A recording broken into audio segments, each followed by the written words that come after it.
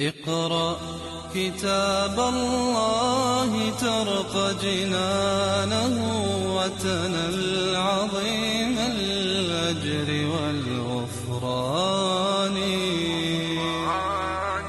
رتله روي القلب من نفحاته كالماء يروي لهفة العطشان. A'udzubillahi minasyaitonirrajim. Bismillahirrahmanirrahim. Alhamdulillahi rabbil alamin, nahmaduhu wa nasta'inu wa nastaghfiruh. Wa na'udzu billahi min syururi anfusina wa min sayyiati a'malina. May yahdihillahu fala mudilla lahu wa man yudlil fala hadiya lahu. Asyhadu an la ilaha illallah wahdahu la syarika lah wa asyhadu anna Muhammadan 'abduhu wa rasuluh. Subhanaka la ilma lana illa ma 'allamtana innaka antal alimul hakim. Allahumma 'allimna ma yanfa'una wanfa'na bima 'allamtana wa zidna ilma. Allahumma ati anfusana taqwaha wa zakkiha anta khairu man zakkaha anta waliyuha wa maulaha. Rabbi yassir wa la tu'assir, Rabbi tammi bil khair, amma ba'du. InsyaAllah malam ni kita sambung tadabbur surah Al-Baqarah ayat 262. Sebelum tu kita tengok pengajaran ayat yang lepas, ayat 260 dan 261. Ayat 260, auzubillahi minasyaitonirrajim. Wa idh qala Ibrahim rabbi arini kaifa tuhyil mauta qala awalam tu'min qala bala walakin liyatma'inna qalbi قال فخذ أربعة من الطير فصرهن إليك ثم اجعل على كل جبل منهن جزءا ثم ادعهن يأتينك سعيا واعلم أن الله عزيز حكيم. Pengajaran ayat 260. Pertama, antara adab berdoa oleh para nabi dan para rasul ialah bertawassul dengan sifat rububiyah, bertawassul dengan sifat rububiyah Allah Subhanahu wa ta'ala, iaitu sama ada menggunakan Rabbi atau Rabbana. Yang kedua, kebanyakan doa di dalam Al-Quran bermula dengan Rabb, kerana hanya Tuhan yang bersifat Rabb, iaitu pencipta, pemilik dan pengurus, sahaja yang berkuasa untuk memakbulkan doa sesiapa sahaja. Yang ketiga, orang beriman hendaklah sentiasa memohon kepada Allah dan berusaha untuk meningkatkan imannya kepada Allah Subhanahu wa ta'ala, sebagaimana Nabi Ibrahim AS memohon kepada Allah untuk ditingkatkan keimanan dan keyakinannya kepada Allah Subhanahu wa ta'ala. Yang keempat, ainul yaqin, iaitu melihat sesuatu dengan mata, adalah lebih meyakinkan daripada mendengar berita. Dan itulah yang diminta oleh Ibrahim alaihissalam kepada Allah Subhanahu wa ta'ala untuk melihat dengan matanya bagaimana kekuasaan Allah menghidupkan yang mati. Yang kelima, tahap ilmu yang paling rendah ialah ilmu yaqin, kemudian ainul yaqin, dan paling tinggi haqqul yaqin. Yang keenam, antara cara terbaik untuk meningkatkan iman ialah dengan sentiasa memikirkan kebesaran Allah melalui ciptaannya seperti langit, bumi, dan juga memikirkan kebesaran Allah melalui mentadabbur ayat-ayat Al-Quran. Yang ketujuh, yang ketujuh, semakin manusia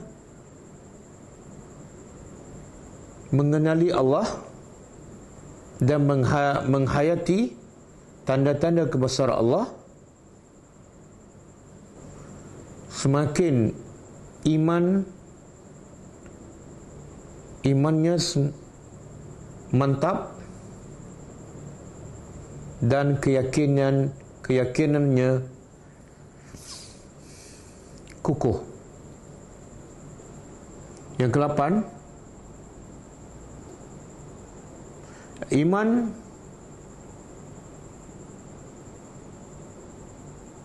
turun dan naik, bertambah dan kurang. Bertambah dengan melakukan ketaatan dan semakin kurang dengan melakukan maksiat. Okey, habis ayat 261. A'udzubillahi minasyaitonir rajim. Masalul ladzina yunfiquna amwalahum fi sabilillahi kamathali habbatin anbatat sab'a sanabila fi kulli sumbulatin mi'atu habbah. Wallahu yudha'ifu liman yasha' wallahu wasi'un alim. Pengajarannya. Pertama,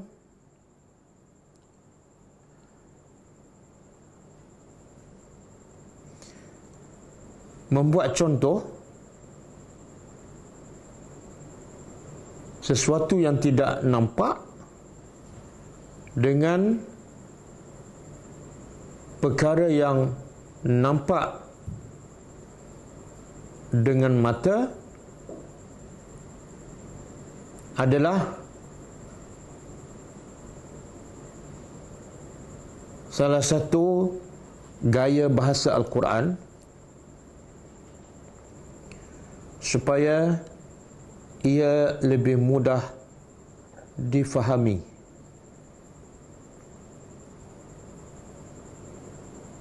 Jadi Allah buat contoh gandaan pahala bersedekah tu tak nampak. Supaya kita lebih faham, Allah buat contoh seperti benih yang kita nampak. Yang kedua, pengajaran kedua,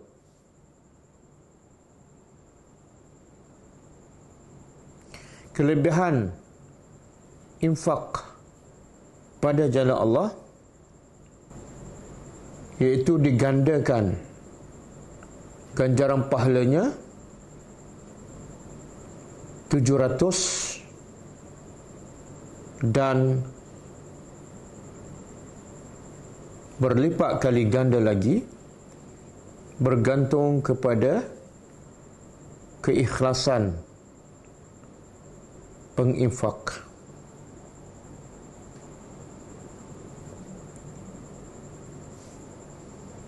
Yang ketiga, wajib berinfak selari dengan syariat Islam dan ikhlas kerana Allah.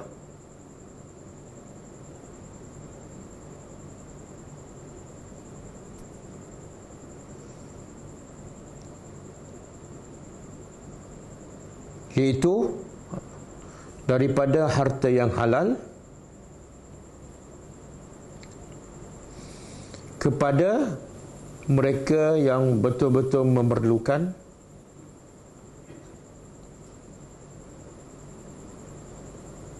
tidak membazir,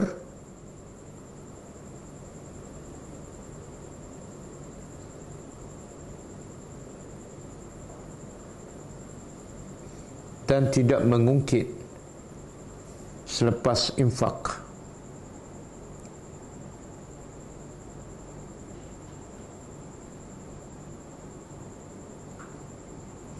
Yang keempat, ganjaran pahala di sisi Allah jauh lebih besar dan banyak daripada amalan seseorang.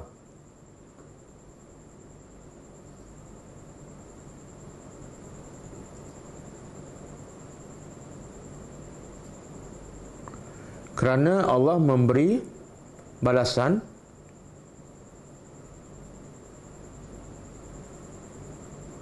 lebih daripada keadilan.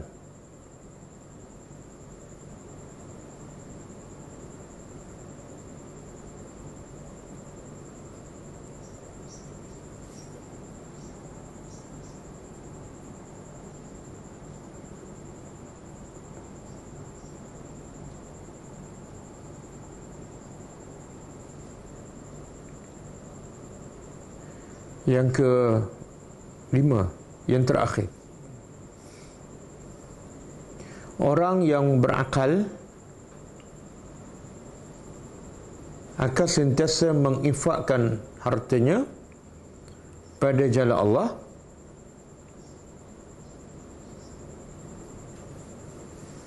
kerana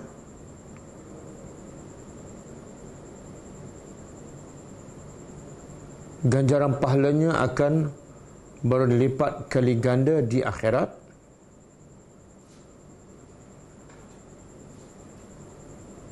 dan dia akan mendapat rahmat Allah di dunia.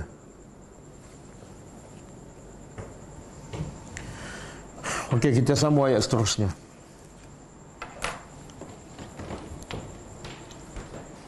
Ayat malam ni, ayat 262, masih lagi berkenaan dengan infak. Jadi kaitan ayat ni dengan ayat yang lepas ialah, kalau ayat yang lepas Allah beritahu apa yang diperolehi oleh orang yang infak di akhirat besok, iaitu pahala yang berlipat kali ganda daripada 700 sehingga berganda-ganda. Ayat malam ni Allah nak beritahu apa kebaikan kepada penginfak untuk di dunia, semasa di dunia. Jadi kalau semalam kelebihan untuk di akhirat, yang malam ni untuk di dunia. Okey, auzubillahi minasyaitonirrajim. Allazina, orang-orang, yunfiquna, mereka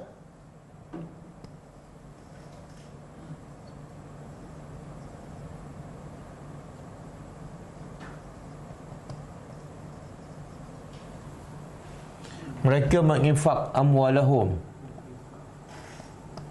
harta-harta mereka.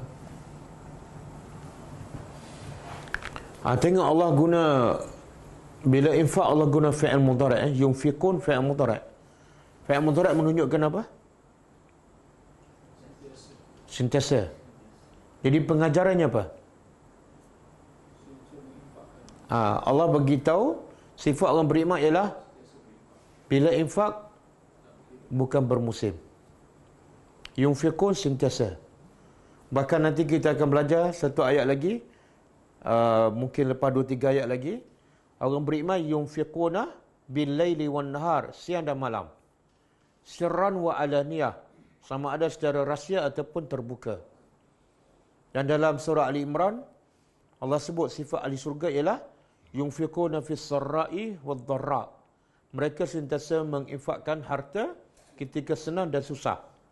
Jadi pertama, senang dan susah. Keadaan dia, semua dia infak. Kalau susah, dia bagi sedikit. Yang kedua, waktu. Iaitu siang, infak juga, malam pun infak. Yang ketiga, bentuk infak. Iaitu sama ada secara terbuka ataupun tersembunyi. Jadi, maknanya orang beriman tidak mungkin berinfak bermusim. Contohnya bulan Ramadan saja ataupun ketika dia banyak duit sahaja. Okey. Jadi orang beriman sentiasa menginfakkan harta mereka fi sabilillah, pada jalan Allah.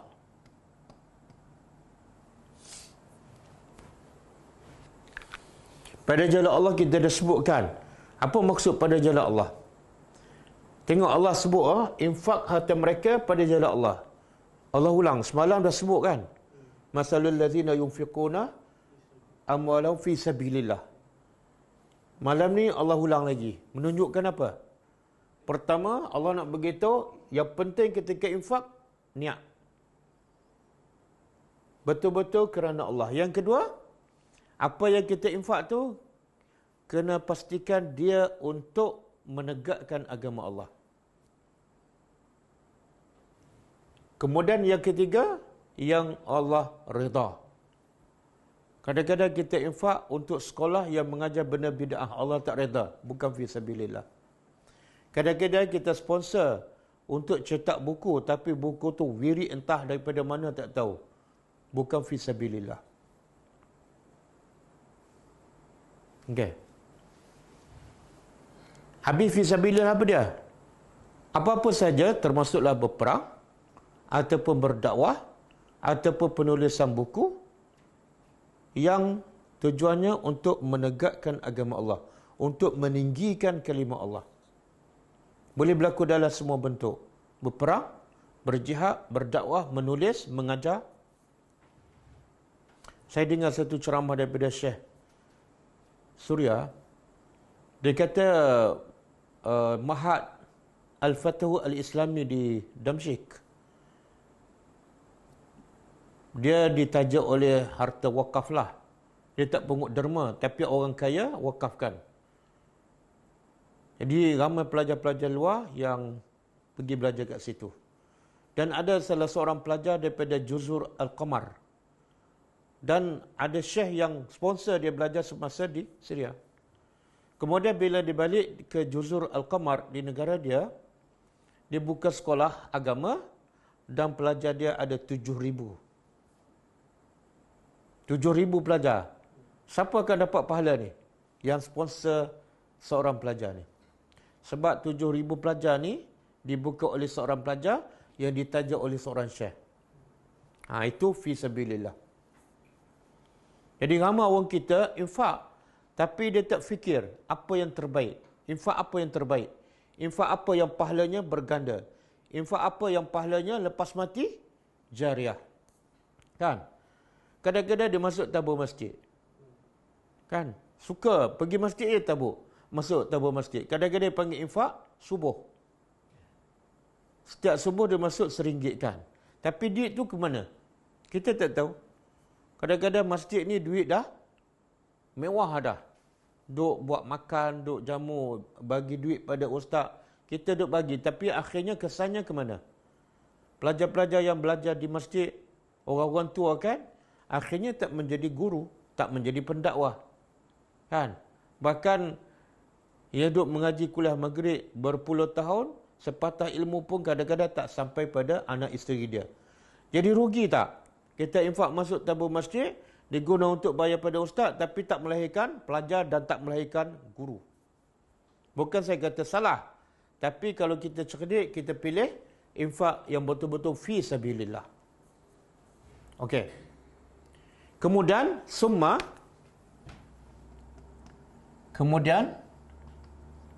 la yutbi'una, mereka tidak mengikuti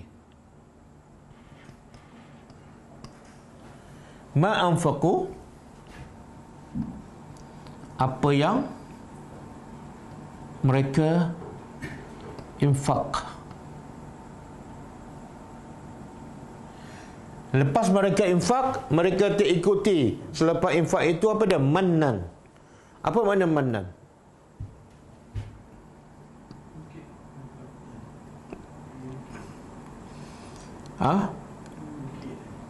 Al-mannu. Ada dua. Satu al-aza. Al-mannu ni ada dua makna. Pertama, al-i'ta' ataupun wal-ifdal. Al-mannu makna dia i'ta', pemberian, ataupun ifdal, penganugerahan. Sebagaimana Allah sebut dalam surah apa ni? Surah Ali Imran ayat 164. Laqad mannallahu 'alal mu'minin. Allah telah menganugerah kepada orang beriman iz ba'asa fihim rasula, iaitu ketika mana Allah mengutuskan seorang rasul. Jadi rasul yang diutus itu adalah manna, anugerah Allah. Dan kita pernah dengarkan antara makanan istimewa yang Allah bagi pada Bani Israel apa dia? Kenapa dia namakan manna? Sebab dia adalah anugerah istimewa. Okey. Al-manna makna yang kedua ialah al-uddu. Al-uddu, menghitung. Menghitung, mengira. Yang ni yang tercela. Mengukitlah. Jadi orang beriman bila sedekah pada jalan Allah, dah betul dah, dan niat ikhlas kerana Allah. Tapi kadang-kadang dia tak jaga yang ni. Sebab tu Allah bagi syarat. Lepas dia infak, dia tidak ada manna. Macam mana manna? Saya ada bagi 1,000 untuk buat telaga orang miskin. Sebut tu manna. Sebut tu adalah manna. Adalah 2-3 orang miskin saya sponsor untuk pergi haji. Sebut tu adalah manna. Kan? Sebab tu sedekah yang terbaik apa dia? Ulama kata apa? Sedekah terbaik bila kita sedekah, cerita sedekah tu campak ke laut. Makna apa? Lepas buat baik, lupa terus. Itu yang terbaik.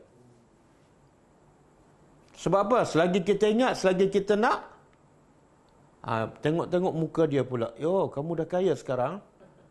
Dulu kamu miskin sangat. Aku jumpa tepi jalan. Habis mana? Okey? Jadi dia terjemah apa tu? Mengungkit lah. Dia terjemah apa? Mengungkit lah. Dia bukan mengumpat juga. Mengungkit. Kadang-kadang kita sembah dengan kawan kan. Kamu nampak tak orang tu? Yang naik kereta Merc. Dulu naik kancil je. Saya adalah bagi bantu sikit. Sikit mana? Dah lah sikit, mana pula habis hancur. Jadi orang yang mana ni, dia rugi apa? Bukan pahala saja. Pahala pun tak dapat, duit pun tak ada. Dan yang ketiga, dia rugi apa? Jiwa dia tak tenang. Asyik nak mengukit je, asyik nak mengira je. Jiwa dia tak tenang. Okey, wala azah. Dan tidak juga azan. Azan apa dia?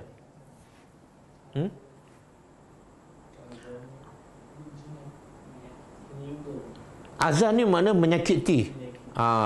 Dia sebenarnya mana ni sebahagian daripada azan. Yang ni umum, yang ni khusus. Cuma mana ni kadang-kadang dia tak menyakitkan hati orang yang dia infak tu. Tapi kalau azan, betul-betul menyakiti. Kamu tahu tak kamu siapa dulu? Kata-kata tu menyakitkan hati. Kadang-kadang masa dia bagi tu, ambil ni. Lepas ni aku tak nak tengok muka kamu. Itu menyakitkan hati. Tengok syaitan.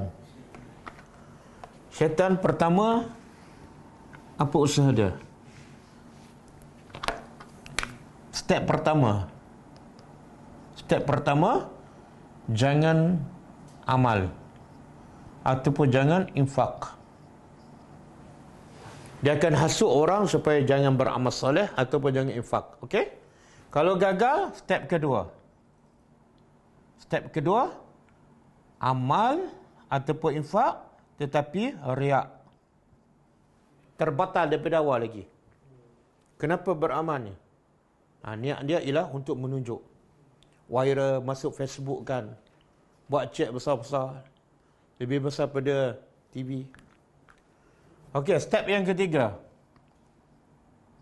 Dah ikhlas, Step yang kedua, syaitan gagal. Orang tu beramal dan tak ada riak langsung. Sembunyilah. Fisabilillah. Syaitan tak akan putus asa. Lepas 2 bulan, lepas 3 bulan, syaitan hasut dia supaya apa? Manna ataupun azab. Okey. Jumpa je orang miskin. Kamu kenal tak saya? Tak pernah, nampaklah. Saya pernah pergi Pulau Maiga dulu. Saya pernah bagi duit bantuan. Habis. Step ketiga. Niat dia ikhlas. Dah jadi pahala. Tapi lepas jadi pahala, terbatal. Maknanya syaitan akan usaha sampai titisan. Bukan titisan pahala yang terakhir. Okey. Dan saya dengar ceramah tadi, saya pun rasa macam bersalah. Dan kita pendakwah gulam ke ataupun ejen ke, kena betulkan. Contohlah kita bagi zakat. Kan? Sebenarnya kita tak perlu sebut pada orang miskin tu, ini duit zakat. Kenapa? Bila sebut duit zakat, dia ada bentuk azar. Bila kita sebut zakat, dia akan rasa apa? Zakat ni untuk siapa? Orang miskin. Jadi seolah kita nak bagi tahu dia, kamu orang miskin, layak dapat zakat. Betul tak? Cuba kita bayangkan kita duduk tempat tu. Ini duit zakat ni, awak layak dapat. Maknanya kita nak bagi tahu, kamu memang miskin. Betul tak? Secara tak langsung ada azar. Benda ni halus. Apa-apa yang menyebabkan hati orang yang kita infak tu terguris, dia bentuk azab. Kadang-kadang ulama mengatakan cara kita bagi tu muka masam. Kadang-kadang tak tengok azab. Cuba bayangkan kita duduk tempat orang miskin, orang kaya bagi, tak tengok kan. Kita rasa seronok ke sakit hati?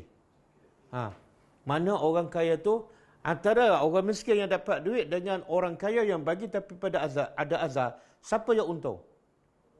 Orang miskin dapat duit, tapi orang kaya ni pahala pun tak dapat, duit pun lesap, habis.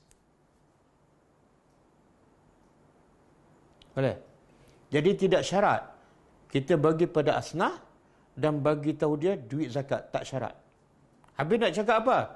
Ini ada untuk kamu, untuk anak-anak kan, boleh beli beras. Tak payah sebut zakat. Kita sebagai wakil, kita perlu tahu duit tu zakat. Kenapa? Sebab supaya kita bagi pada orang yang betul-betul layak. Tapi bila kita dah pastikan dia layak, tak perlu kita sebut pada dia, ini duit zakat. Kan? Dan kadang-kadang kita ambil gambar kan, bagi duit, bagi sampul. Cuba bayangkan kita duduk tempat dia. Sebab tu sebaik-baik tutup muka orang miskin. Cuba bayang kita duduk tempat dia, kita terima sampul dan ambil gambar di-viralkan. Kita rasa apa? Oh, miskinnya aku, hinanya aku kan. Gambar aku diberi duit dengan sampul, di-viralkan. Itu bentuk azab. Okey.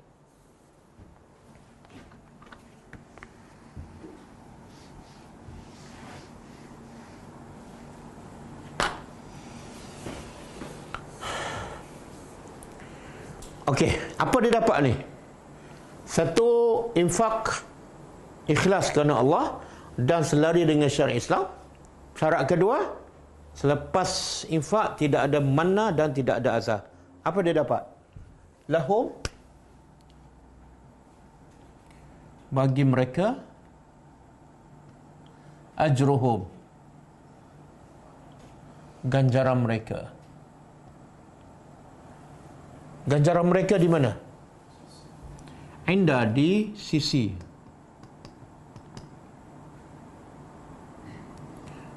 pencipta mereka.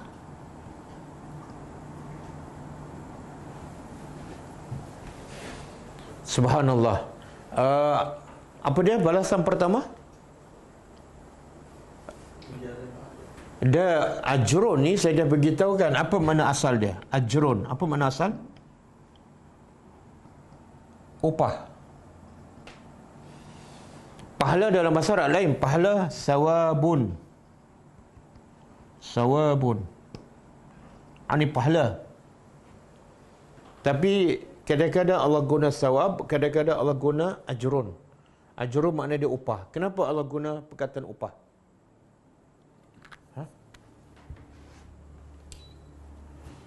Kenapa Allah guna perkataan upah? Kalau sebelum ni kita belajar, Allah kata apa? Man zallazi yukridullaha qardan hasana. Siapa yang nak bagi pinjam? Allah guna perkataan pinjam. Supaya apa? Supaya kita tak kedekut nak bagi sebab dapat balik. Di sini Allah guna perkataan upah. Kenapa?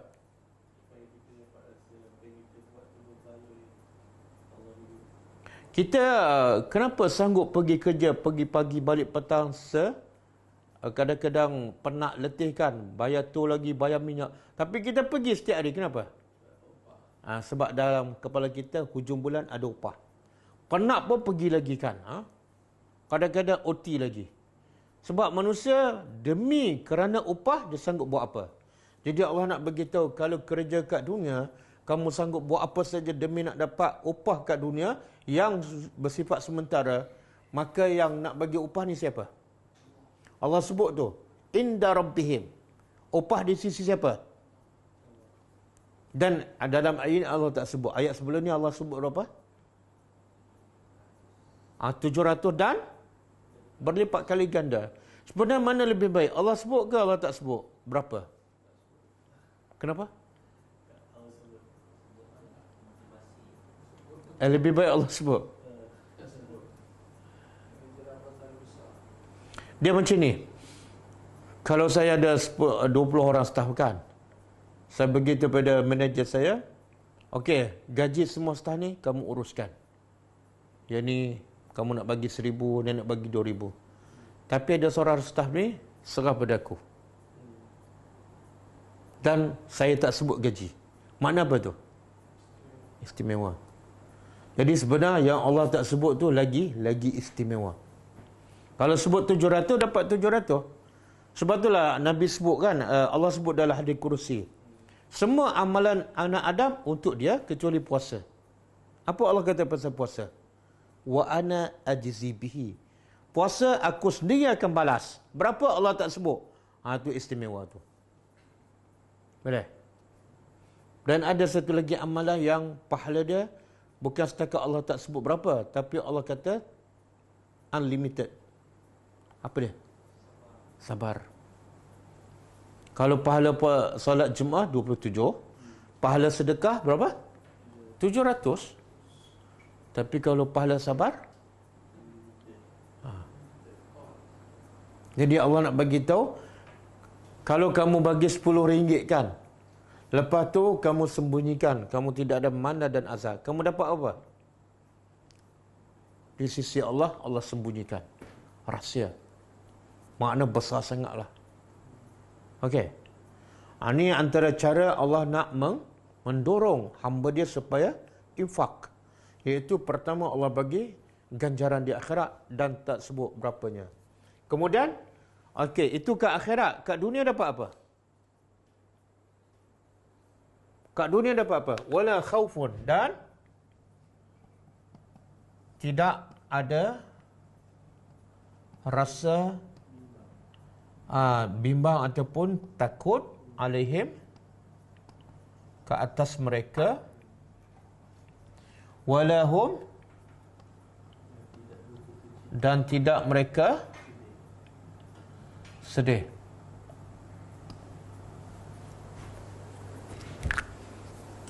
Okey, kalau pahala di akhirat, yang ni kat mana ni? Kat dunia. Jadi apa kelebihan orang bersedekah di dunia? Dia biasanya, kebanyakan lah, bukan semua, kebanyakan masyarakat kita bila bersedekah, apa dalam kepala dia?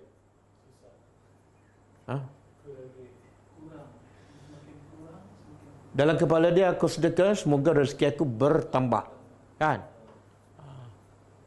Sebab itulah orang Melayu ni, dia akan buat amalan yang katanya, kononnya boleh tambah rezeki dan tanpa bekerja. Apa dia? Salat duha, baca surah Waqiah.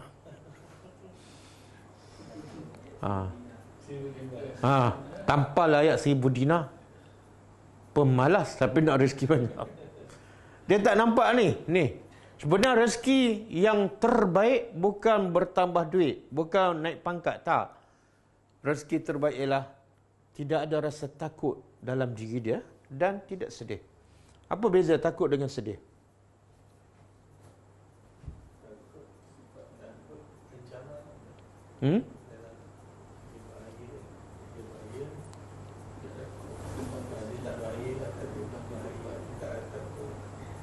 Tak. Dia perbezaan sangat jelas antara takut dengan sedih. Tak ingat? Ini asas untuk bahagia ni. Kalau tak ingat memang tak bahagialah. Tak. Takut ni benda yang akan datang. Benda yang akan datang. Tak kira lah pasal rezeki ke, pasal musuh ke, pasal COVID ke. Benda yang belum berlaku. Sedih, benda yang dah lepas. Kan? Kalau ada saudara kita sakit di hospital, sedih ke takut? Kita sendiri takut, kan? Tapi kalau ada saudara kita yang dah mati, sedih ke takut? Anak kita lulus, anak kita gagal dalam peperiksaan, sedih ke takut? Takutlah. Anak kita nak periksa besok, takut. Kalau dah periksa tapi resultnya teruk, sedih. Okey. Jadi Allah nak bagi tahu orang beriman, dah sedekah walaupun banyak, dia tak takut akan datang. Kenapa? Kenapa dia tak takut? Allah dah bagi jaminan. Dan Allah kata inilah sifat-sifat orang beriman. Dan kita dah belajar sebelum ni, Allah akan menjadi wali, pelindung kepada siapa? Orang beriman. Dan dia tak sedih apa yang dah lepas. Semua harta dia yang dia bagi, sikit pun dia tak ingat lagi. Dia tak risau. Kenapa? Sebab Allah janji dapat 700 dan lagi berganda. Kita kalau bagi RM1, orang bagi balik 700, kita sedih tak? Inilah sifat orang beriman. Dan inilah asas kebahagiaan. Dan inilah punca manusia tak bahagia. Bukan sebab tak ada duit. Bukan sebab tak cukup makan. Tapi tak cukup ni. Dua unsur ni. Duduk dalam ketakutan, duduk dalam kesedihan, dia tak akan bahagia. Okey. Boleh Qaulun.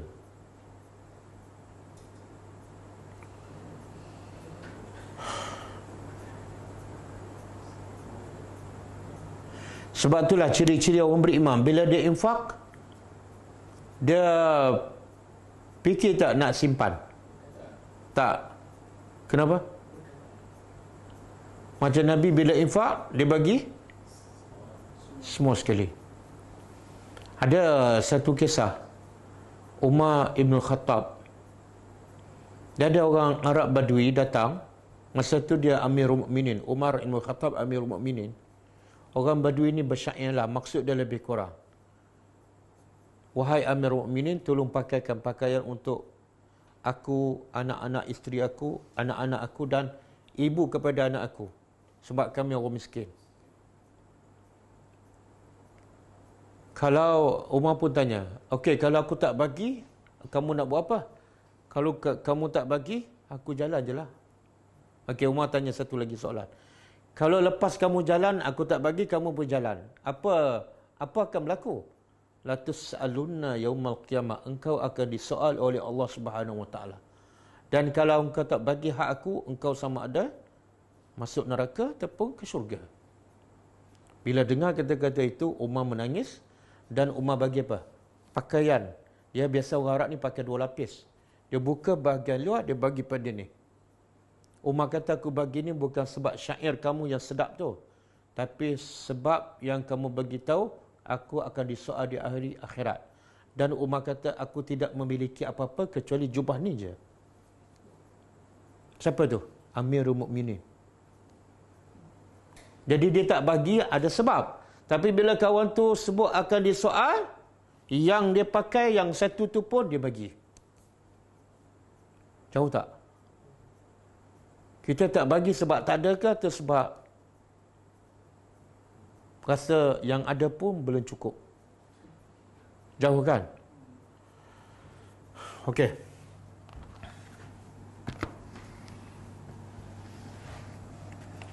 Kemudian Allah kata apa? Qaulun. Kata-kata ma'rufun. Ma'ruf apa mana? Kata-kata yang baik. Ma'ruf lawan dia? Ma'ruf lawan apa? Munkar. Munkar benda yang diingkari oleh akal dan juga oleh agama. Ma'ruf benda yang dianggap baik oleh agama dan akal yang waras. Okey. Ni kaitan dengan sedekah juga ni. Qaulun ma'ruf, kata-kata yang baik, wa maghfiratun, dan keampunan ataupun kemaafan. Khairun, lebih baik min sadaqatin,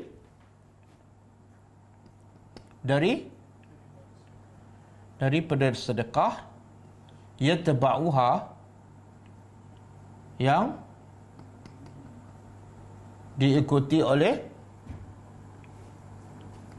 azab. Apa tu dia? Ungkitan ataupun yang menyakitkan. Faham tak? Apa maksud? Apa maksud? Kata-kata yang baik dan keampunan lebih baik daripada sedekah yang ada ungkitan.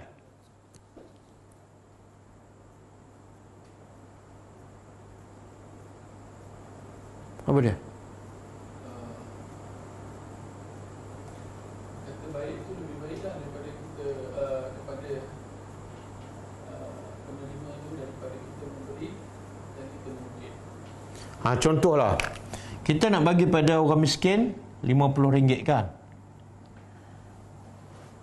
Tapi masa kita bagi tu, muka kita masam. Kemudian bahasa kita kata apa? Aku rasa kamu ni 3 kali dah datang minta. Kita bagi kan? Maka Allah kata apa? Lebih baik kamu tak bagi, tetapi ucaplah kata-kata yang baik. Tapi kalau kamu bagi RM50, patut ucap kata-kata yang tak baik. RM50 yang kamu bagi sia-sia, pahala tak dapat, duit habis. Yang lebih baik apa dia? Kalau kamu nak ungkit, kalau nak bagi dalam keadaan muka masam, jangan bagi. Ada satu cara kamu nak dapat pahala tanpa keluarkan duit, apa dah? Cakap yang baik. Contohlah, minta maaf, saya ada keperluan, jadi duit hari ini tak cukup. InsyaAllah satu masa ada rezeki, saya akan bagi. Sejuk tak dengan hati? Itu lebih baik daripada kita bagi RM50 ataupun RM500 tapi dengan cara yang menyakitkan hati. Boleh faham? Termasuklah kita bagi, patut kita ambil gambar dia, kemudian kita viralkan. Allah kata, lebih baik kamu cakap baik, tak payah bagi apa-apa pada dia. Lebih baik. Pengajarannya apa? Pengajarannya apa?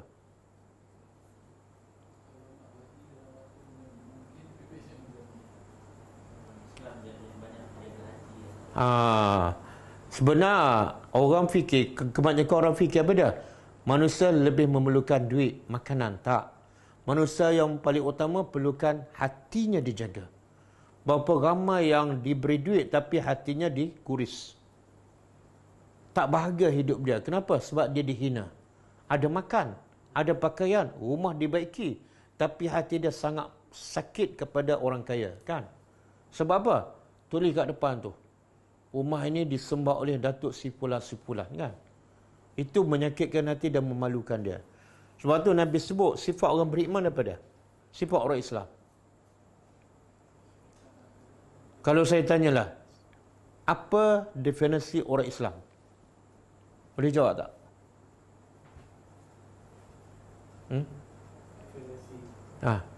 Kalau orang tanya, siapa ke itu orang Islam? Tak tepat.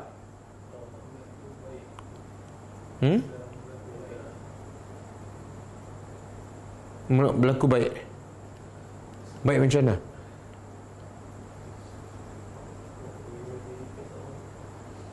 Dia mungkin orang akan jawab apa? Orang Islam mesti solat, kan? Mesti mengucap 2 kalimah syahadat, mesti solat, mesti tutup aurat. Bulan puasa, bulan Ramadan puasa, kan? Tapi dengar Nabi cakap apa? Al-Muslim, orang Muslim yang sebenar ialah man salima al-muslimuna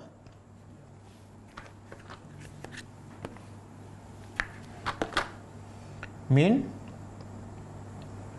lisanihi wa yadihi. Tengok, Muslim Nabi sebut dalam hadis sahih ialah man salimal muslimun, siapa yang orang Islam lain selamat daripada apa? Min lisani, daripada lidahnya, dan wayadi, daripada tangannya. Orang Islam lain bila bercakap dengan orang Islam ni tenang je hati, sejuk je. Tak pernah orang Islam tu keluarkan perkataan yang menyakitkan hati. Dan tangan dia pun tak pernah tampak orang ke, buat isyarat yang tak baik ke, tak pernah. Mana bila orang duduk dengan dia rasa tenang je, mulutnya dijaga. Itulah Muslim yang sebenar. Boleh? Nabi tak kata Muslim ialah orang yang solat. Sebab apa? Ramai tak orang solat tapi menyakiti hati orang, kan? Ramai solat pula berjemaah di masjid, tapi parking kereta tengah garisan, dan dia pula adalah nazir masjid tu. Hancur.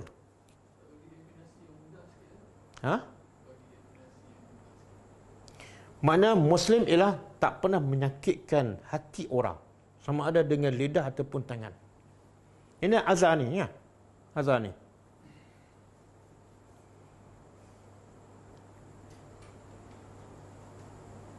Dia saya dengar ceramah daripada Syekh Seria tadi. Dia kata kadang-kadang kita pergi bagi pada orang miskin, kan, kita tanya dia, merokok tak? Kenapa merokok? Perkataan tu menyakitkan hati dia, dan kita tak ada hak nak tanya dia untuk bagi zakat pada dia. Sebab Allah kata innama as-sadaqat, sesungguhnya zakat untuk lil fuqara wal masakin. Zakat untuk orang fakir dan miskin. Allah tak kata zakat untuk orang fakir yang tak isap rokok. Kita tak ada hak nak tanya. Kita nak nasihat dia, lepas bagi duit tu kita nak bagi nasihat, itu lain cerita. Tapi jangan jadikan sebab kamu isap rokok aku tak nak bagi. Salah. Bukan dia yang salah, kita yang salah, kan? Kita tak ada hak tak nak bagi zakat hanya kerana dia ada estro.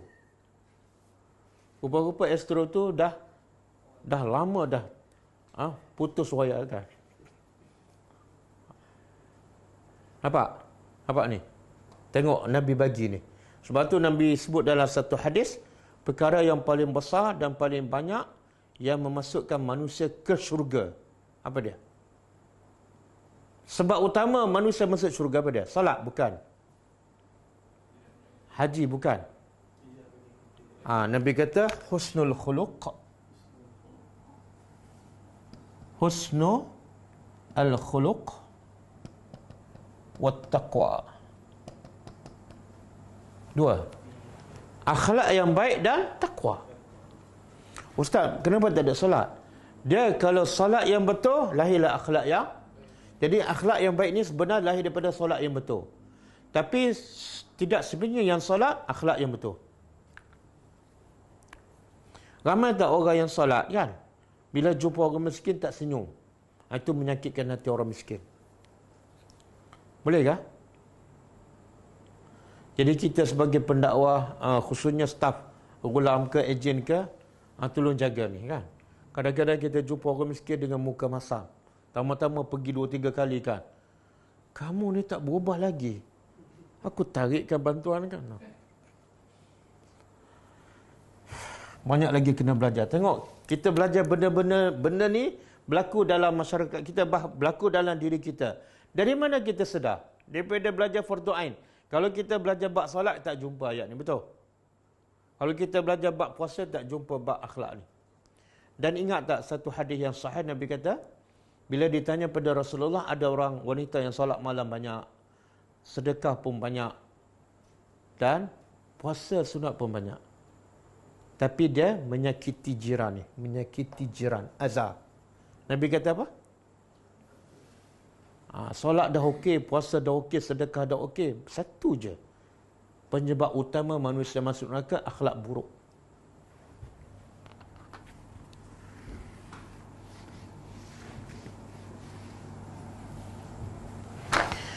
Okey, macam mana kita nak mengelakkan diri daripada azab ni? Azab dan mana? Ulama bagi salah satu garis panduan lah. Dia kata, bila kita bagi sedekah, kita kena anggap dia lebih baik daripada kita. Bukan biasa kita bagi pada orang, kita anggap kita lebih baik kan? Kita pun baca hadis. Nabi kata apa? Tangan memberi. Kita pun mulalah nak mana sebab kita rasa kita lebih baik. Tak, kata ulama, garis panduan yang terbaik untuk mengelakkan mana dan azab, kita anggap yang miskin tu, yang terima sedekah kita lebih baik pada kita. Kenapa? Kita kena anggap dia lebih baik. Kenapa?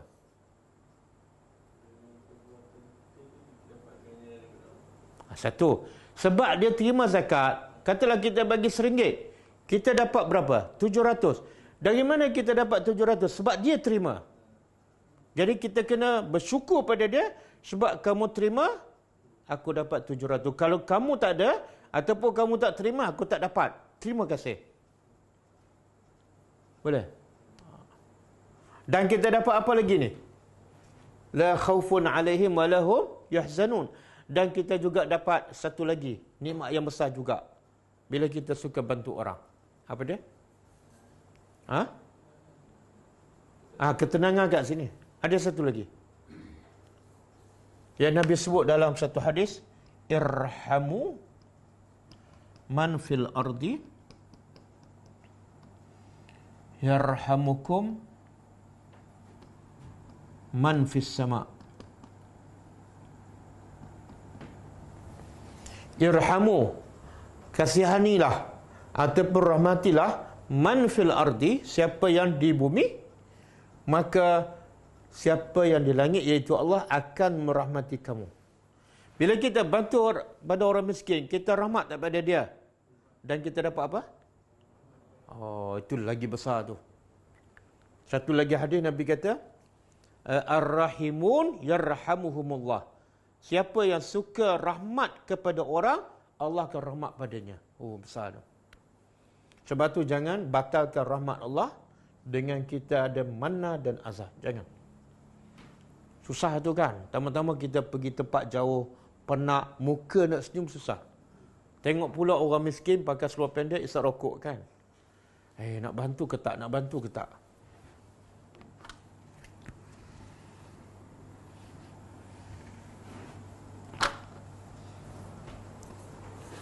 Okey, wallahu, dan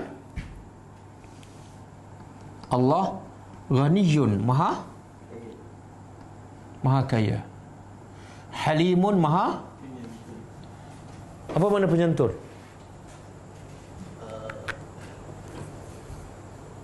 Banyak kali dah jumpa ni. Apa dia?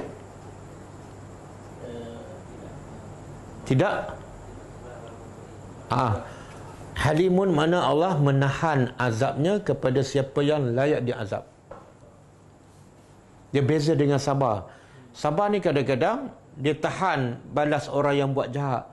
Tapi kadang-kadang sebab dia tak mampu nak balas, orang pukul dia sampai lembek kan.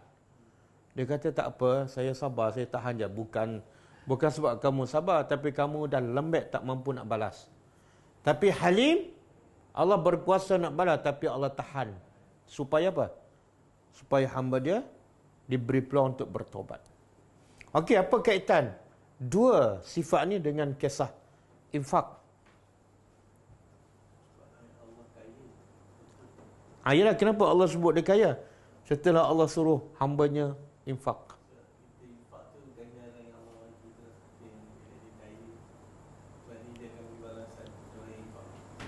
Okey, satu, dia kalau orang suruh kita infak ni, kalau orang lah, biasa orang tu ada kepentingan tak? Ada kan? Dia mesti dapat juga. Apa-apa je lah kepentingan kan? Takkanlah dia nak suruh fee macam tu. Jadi Allah nak beritahu, aku sentiasa suruh kamu infak, tapi aku bukan ada kepentingan. Sebab apa? Aku kaya. Faham tak? Kadang-kadang kita suruh orang tu bekerja kan, kita ada kepentingan, kita dapat pulangan. Jadi Allah nak beritahu, aku suruh kamu infakkan bila-bila masa fisabilillah. Bukan untuk aku, sebab aku memang dah kaya, tapi untuk kamu. Itu satu. Yang kedua, Allah kan janjikan bila infak Allah bagi berapa? 700. Dan berlipat kali gandakan. Mungkin kita terfikir beda. Kalau aku infak lagi banyak, kemudian ramai pula infak banyak, kan nanti habis harta Tuhan. Tak, Allah kata aku ghaniyun. Sifat Allah maha kaya sepanjang masa. Dan halimun. Halimun apa mana? Allah tahan balasan kepada orang yang buat salah. Siapa yang buat salah sini? Sedekah, kemudian ada manna dan azah. Tengok sihat wal afiah aja. Sebab aku halimun. Aku bagi peluang pada dia. Okey. Masa dah habis. Ayat ni panjang ni. Tapi ayat ni tak payah padam lah. Padam kat atas saja.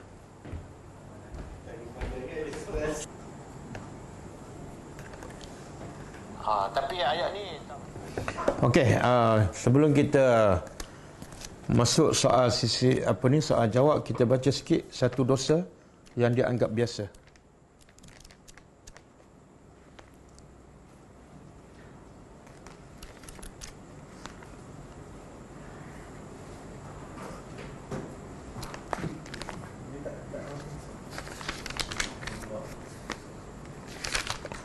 Okey, kata penulis, siapa yang ada buku boleh buka muka surat 109.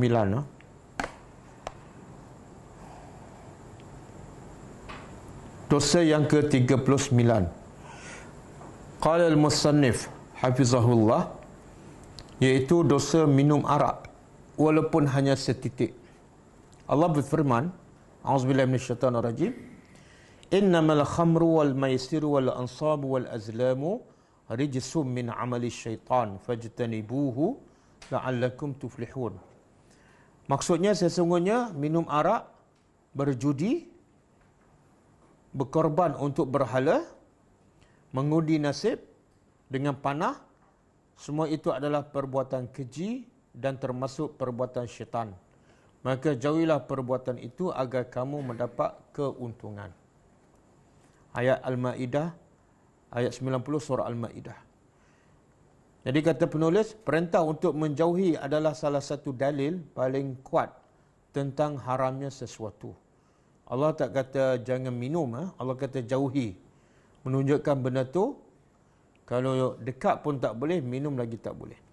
Di samping itu, pengharaman arak sebagaimana disebutkan ayat itu, ayat di atas disejajarkan dengan pengharaman berhala, yakni Tuhan orang-orang kafir dan patung-patung mereka. Kerana itu, Tak ada lagi alasan bagi orang yang mengatakan ayat Al-Quran tidak mengatakan meminum arak itu haram, tetapi hanya mengatakan jauhilah. Sebab Allah sertakan larangan mendekati arak bersama dengan larangan menyembah berhala, judi dan sebagainya. Dalam sunnahnya, Nabi SAW mengabarkan, memberitahu tentang ancaman bagi peminum arak. Sebagaimana yang diriwayatkan Jabir dalam sebuah hadis marfu'.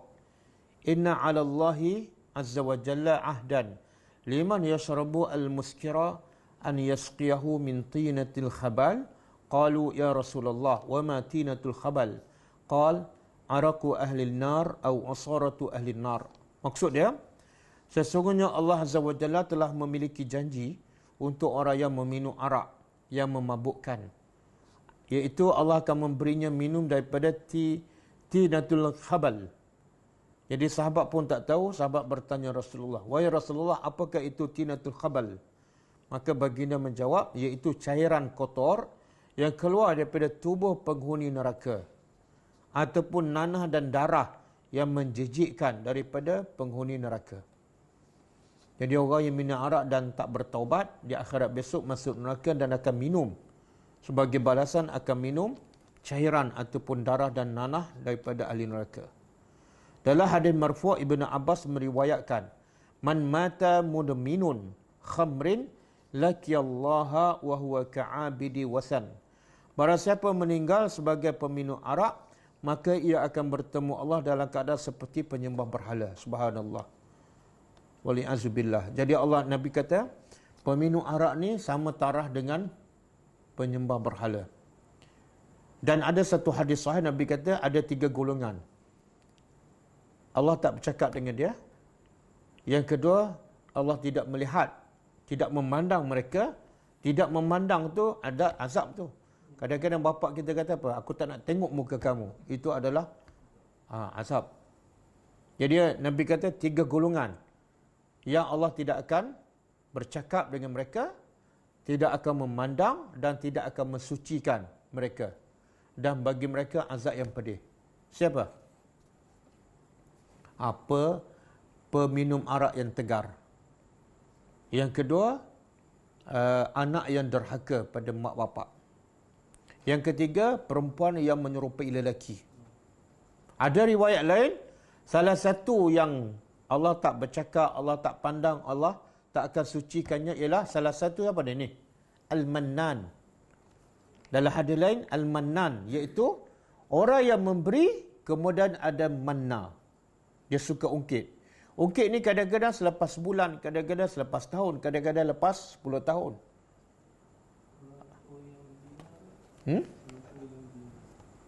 Betul. Ada banyak hadis, banyak riwayat. Ada yang mengatakan 3 tu salah satu ialah orang tua yang berzina. Dan ada juga hadis yang mengatakan orang yang menjual dengan cara sumpah yang dusta. Wallahi, barang ni barang baru. Padahal dah 2 tahun dah. Okey. Di zaman ini pula telah muncul golongan manusia sebagaimana disebut Nabi SAW dalam sabdanya, la yashrabanna nasun min ummati al-khamra yusammunaha bighairi ismiha. Maksudnya, kata Nabi, sesungguhnya akan ada golongan daripada umatku yang meminum arak, tetapi mereka menamakannya dengan nama yang lain. Kan? Supaya nampak tidak haram. Samalah dengan rasuah. Ditukar nama kan, supaya tak nampak jijik kan. Duit kopi, duit bawah meja, duit khidmat. Mereka tidak menamakannya arak, tapi menamakannya dengan minuman rohani untuk menipu dan memperdayakan orang. Allah berfirman, yukhadi'una Allah wallazina amanu wa ma yakhda'una illa anfusahum wa ma yash'urun. Mereka hendak menipu Allah dan orang-orang yang beriman, padahal mereka hanya menipu dirinya sendiri, sedangkan mereka tidak sedar. Ini arak mungkin yang ikut kalau tak ada pun tak minum, tapi mungkin ada saudara mara kita, kan?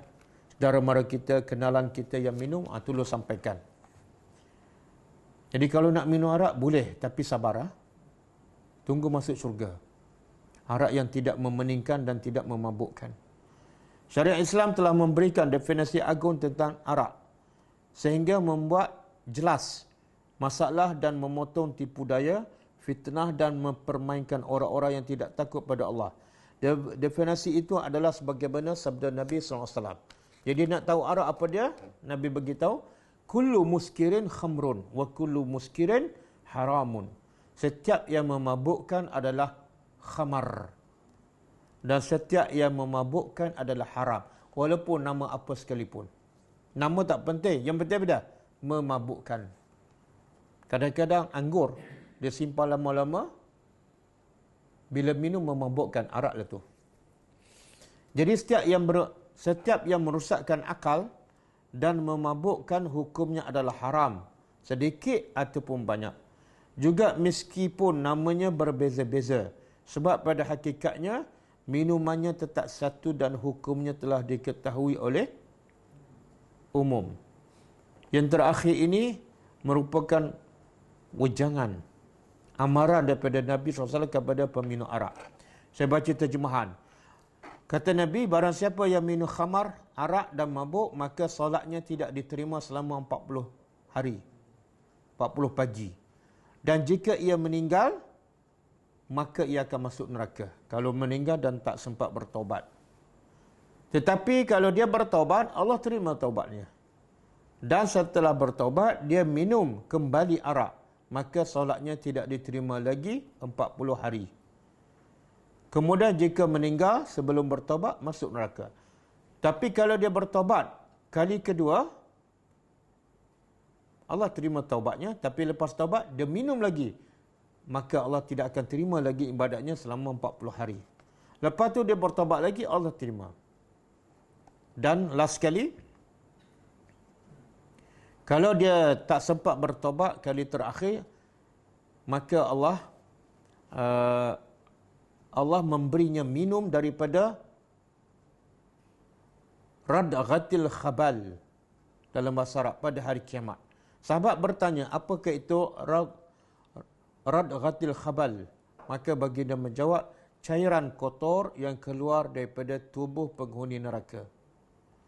Jika gambaran keadaan peminum minuman keras adalah sebagaimana kita ketahui di muka, di awal, maka bagaimana pula dengan gambaran keadaan orang-orang yang melakukan sesuatu yang lebih keras dan lebih berbahaya daripada itu, yakni sebagaimana pencandu, narkotik, dadah dan sebagainya. Wallahu a'lam. Okey, kita tengok soalan.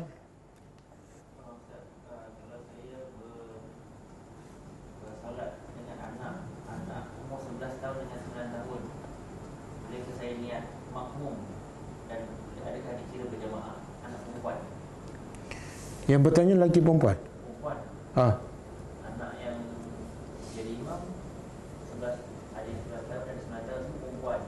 Jadi kalau dia niat makmum, kira berjamaah ke? Ya. Okey, soalan dia, perempuan solat, ibu solat berimamkan anaknya yang berumur 9 tahun. Adakah dapat pahala solat berjemaah? Jawapannya ya. Ada satu hadis sahabat Nabi bagi kepada sahabat, bila masuk waktu azan, sesiapa saja di kalangan kamu lakukan azan. Sebab nak jadi muazzin tak perlu syarat, siapa saja. Kemudian Nabi kata, bila nak qamat, nak solat, ya ummukum aqra'ukum li kitabillah. Hendaklah menjadi imam orang yang paling mahir dalam Al-Quran. Dari segi bacaannya, maksudnya dan sebagainya. Okey, lepas Nabi pesan tu, kumpulan sahabat tu berjalan ke satu tempat, kemudian masuk waktu. Jadi seorang melakukan azan. Lepas tu dikomatkan. Bila komat, mereka ingat pesan Nabi tadi. Apa dia? Syarat jadi imam orang yang mahir dalam baca Quran. Jadi sahabat yang meriwayatkan hadis ini ialah yang berumur, dalam riwayat mengatakan 6 tahun ataupun 7 tahun. Jadi bila komat, semua sahabat melihat kepada aku. Sebab mereka tahu aku yang paling banyak hafal Quran. Aku yang paling lebih ilmu daripada sahabat yang dah tua tu. Maka mereka laksanakan perintah Nabi, iaitu jadi imam bukan kira umur, tapi kira dari segi kemahiran Al-Quran. Jadi mereka pun tolak aku menjadi imam ketika itu aku berumur 6 ataupun 7 tahun. Jadi salat tu sah dan dapat pahala berjemaah. Wallahu a'lam. Soalan, kadang-kadang bila kita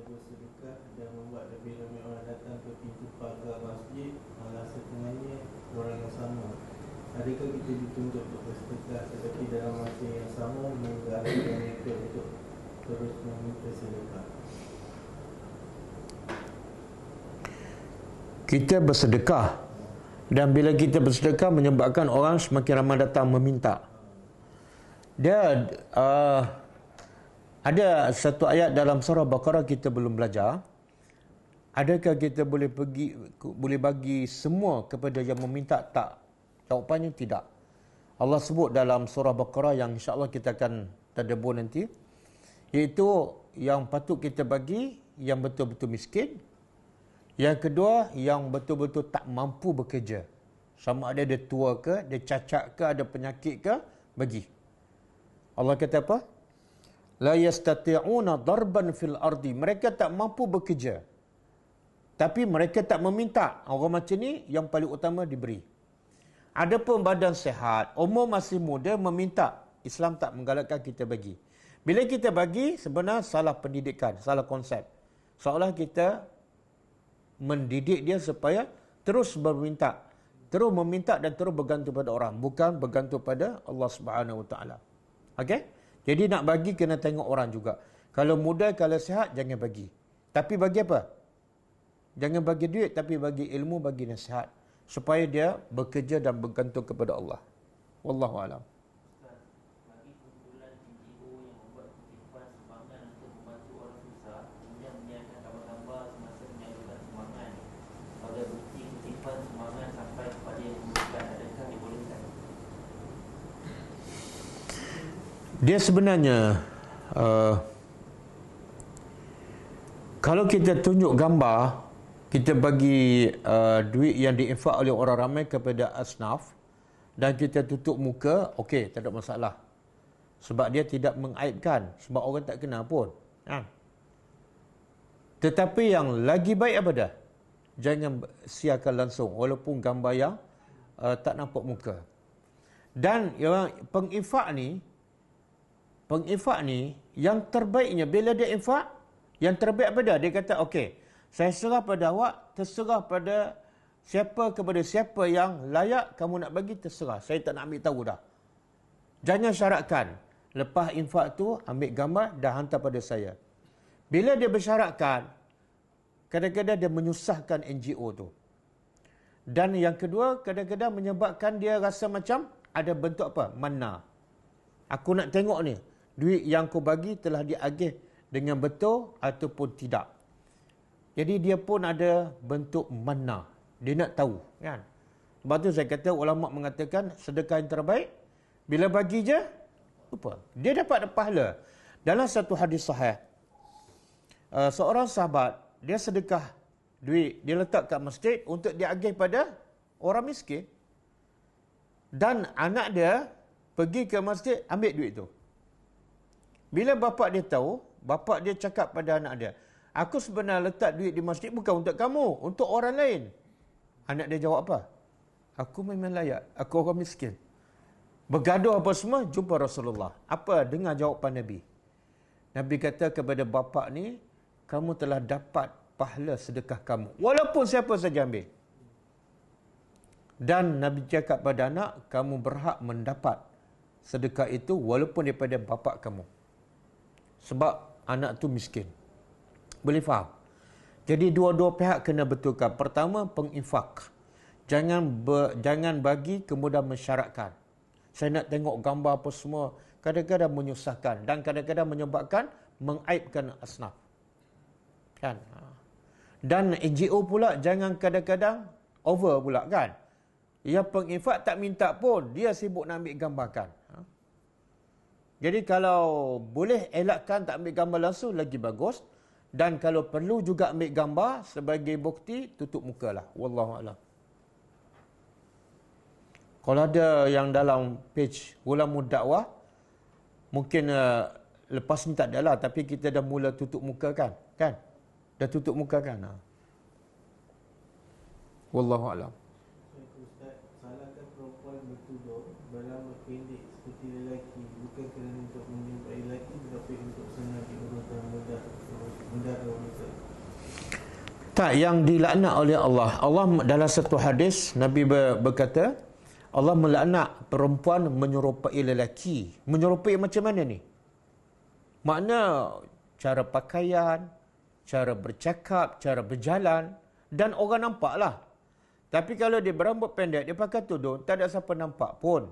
Dan niat dia bukan untuk menyerupai lelaki, untuk memudahkan urusan dia. Itu tak salah, tak salah.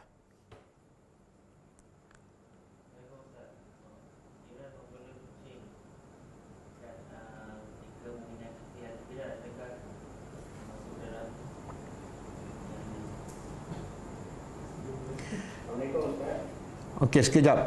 Jiran bela kucing dan menyakiti hati jiran, hukumnya sama.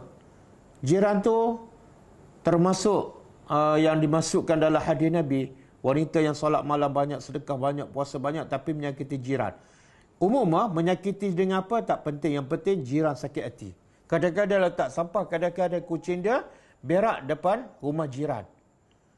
Kucing tak berak depan rumah tuan dia, berak rumah jiran. Kucing tak bersalah, kucing tak berakal. Kucing berak tiap-tiap hari rumah jiran pun kucing tak berdosa.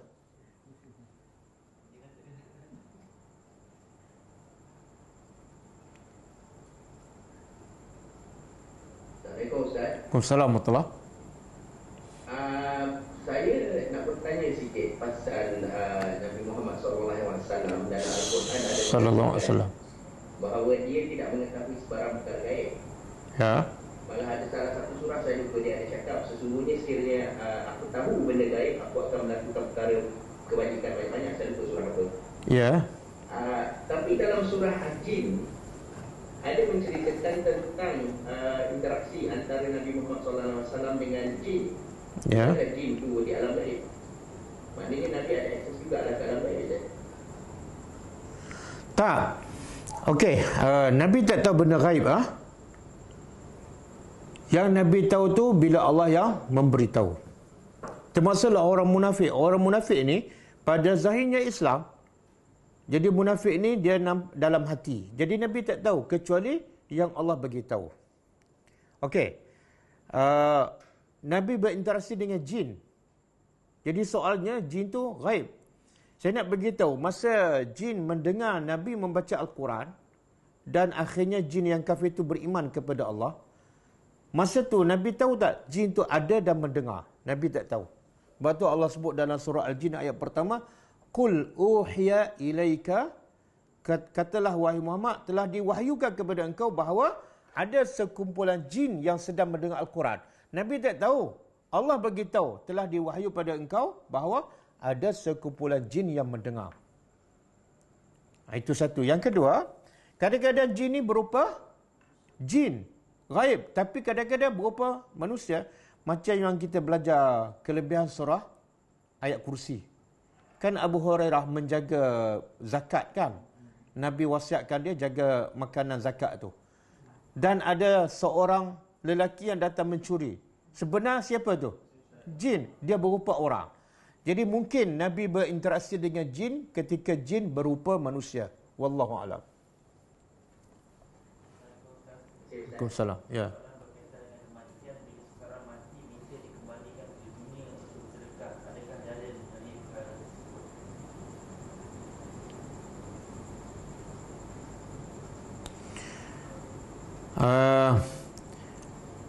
Soalan dia, orang tu dah mati tapi dia minta balik ke dunia untuk bersedekah. Ada dalil? Ada dalil? Boleh buka surah ni.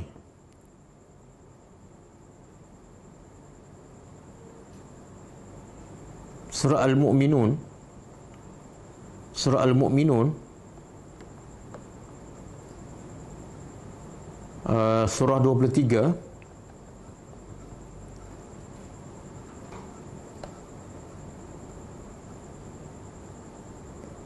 Ayat 100.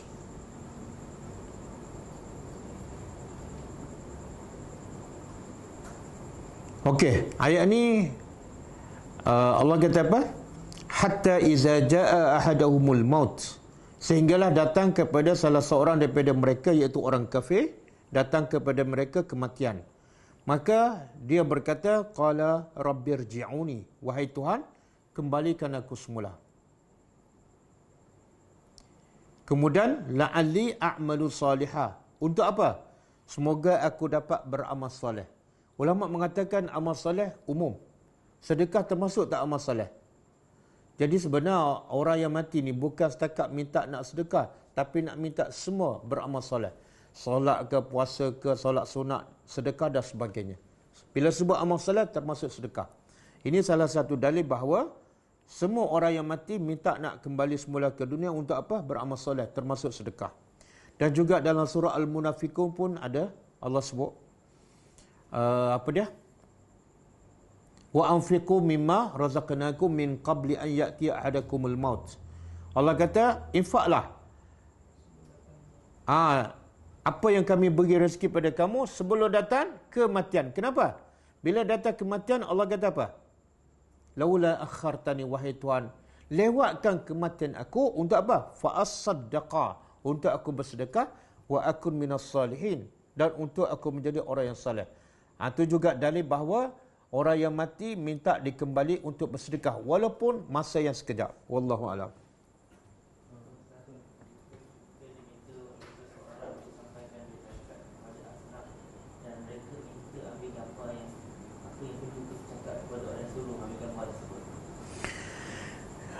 Macam saya sebut tadilah, pengifak ni ataupun pemberi zakat ni seboleh-boleh jangan menyusahkan wakilnya.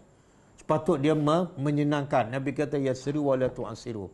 Sebab wakil tu membantu dia. Bila orang bantu kita, jangan pula kita menyusahkan orang yang bantu kita. Itu satu.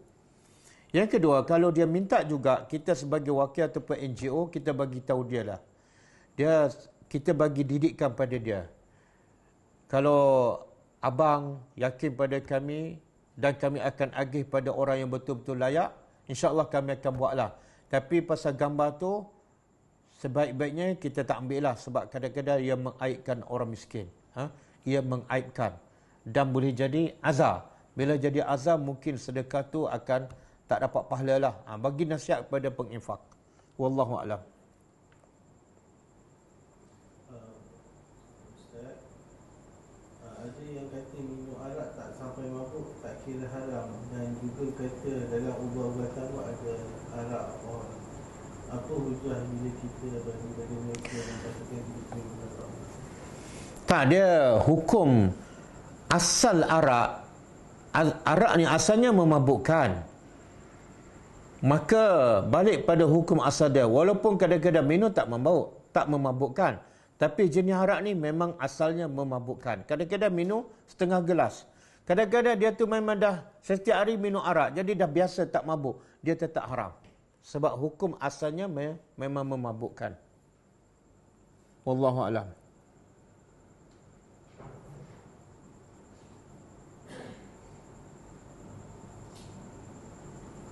Dah.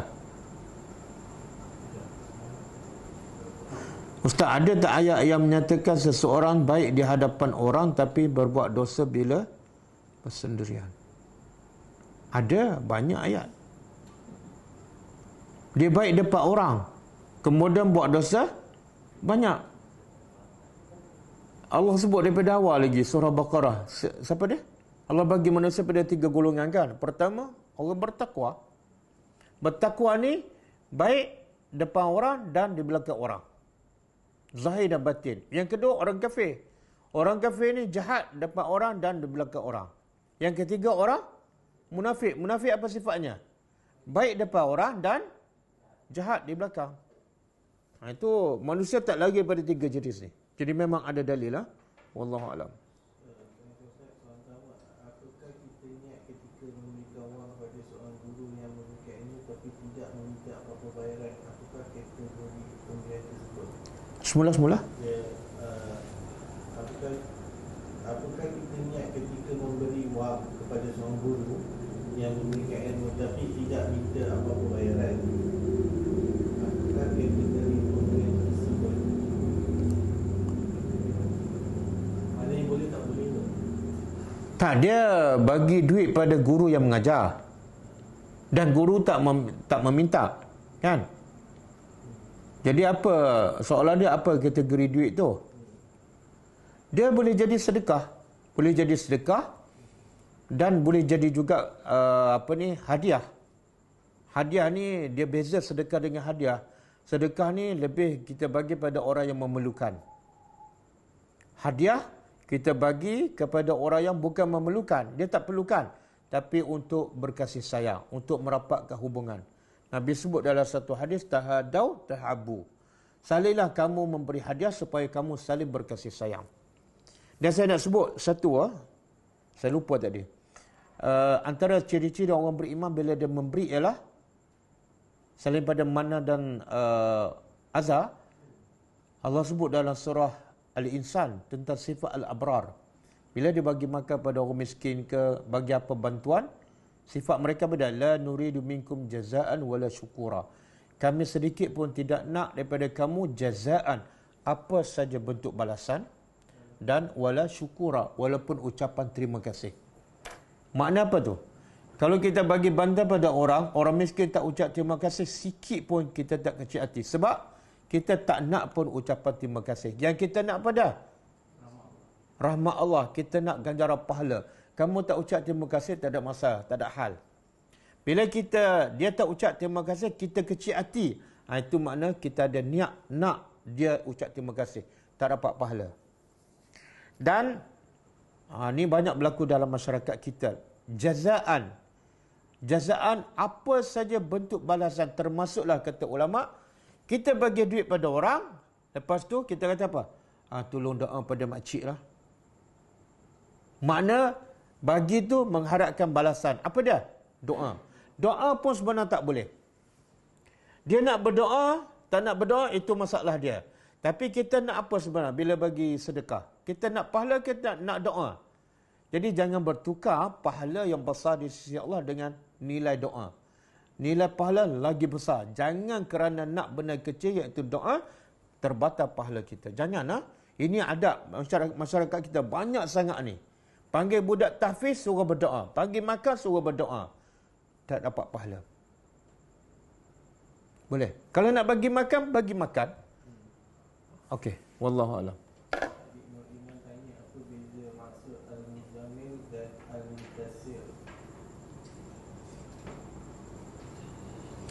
Dia secara umum mana dia sama. Tapi detailnya nanti saya jawab besok. Malam besok pula. Hari Sabtu. Besok kita ada, saya umumkan mulai bulan September ni, kita ada kelas tambahan setiap Sabtu minggu pertama dan ketiga. Pagi, pukul 10.30 pagi. Dan besok kita akan cuba habiskan tadabbur surah An-Nisa. Kita dah tadabbur surah An-Nisa sampai ayat 170. Ada 7 ayat lagi. Terhenti sebab PKP. Jadi besok hari Sabtu, kita akan cuba habiskan tadabbur surah An-Nisa daripada ayat 171 sampai akhir. Jadi insya-Allah saya akan cuba jawab perbezaan detail antara Mudassir dengan Muzammil besok insya-Allah.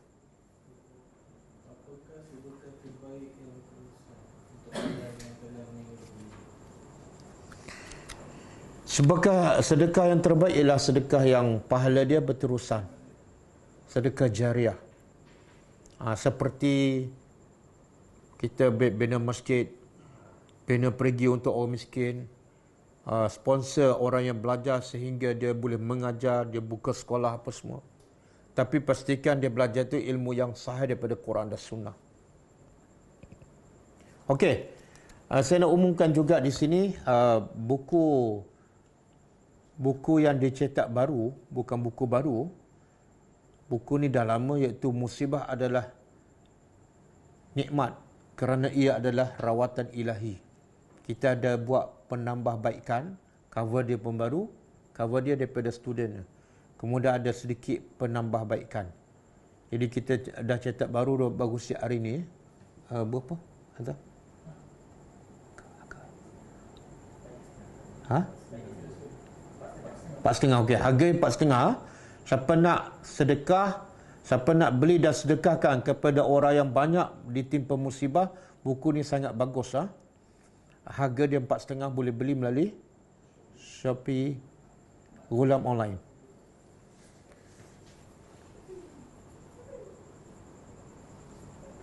Dah ada lagi soalan?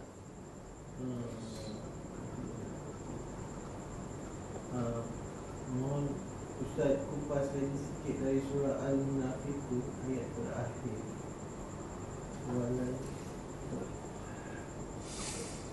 Surah Al-Munafiqun ayat terakhir. Yang saya sebut tadi ke? Itu bukan ayat terakhir tu.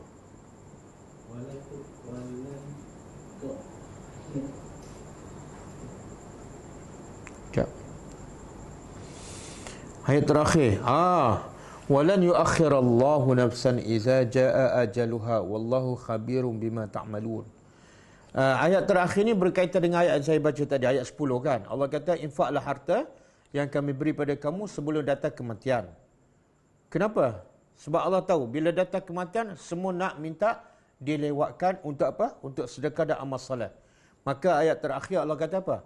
Kematian itu tidak akan dilewatkan apabila tiba ajalnya, walaupun satu saat. Makna Allah nak beritahu apa? Jangan tangguh sedekah. Sebab bila datang kematian dia tak boleh dilewatkan. Wallahu a'lam. Wassalam. Seorang ayah berwasiat agar tidak memberi harta tersangkunya kepada salah seorang anaknya kerana anak itu belum. Soalan dia, boleh tak bapa wasiat kepada anak-anaknya supaya harta pusakanya jangan beri kepada seorang anak tu sebab anaknya kononnya derhaka, hukumnya haram. Bapa tak ada hak langsung pada hartanya sebaik saja dia wafat. Bila dia mati je semua harta tu akan menjadi hak anak-anak. Jahat ke baik tak penting. Allah tak sebut syarat nak dapat harta pusaka mak bapak mesti anak yang baik. Allah tak sebut. Jadi jangan kita tambah hukum dalam Islam. Wallahu a'lam. Boleh tak bagi duit dalam akaun bulan untuk beli buku untuk disedekahkan kepada orang yang berbuka? Boleh. Kena maklumkan nak beli buku dan nak minta kita infakkan kepada asnaf, boleh. Cuma kena maklumkan. Boleh kontak saudara Azhar, staf bahagian media. Dah. Okey, cukup kan? Kita jumpa pagi besok insya-Allah pukul 10.30 hari Sabtu insya-Allah. Kita tutup dengan membaca tasbih kafarah. Subhanakallahumma wa bihamdika asyhadu an la ilaha illa anta astaghfiruka wa atubu ilaik. Assalamualaikum warahmatullahi wabarakatuh.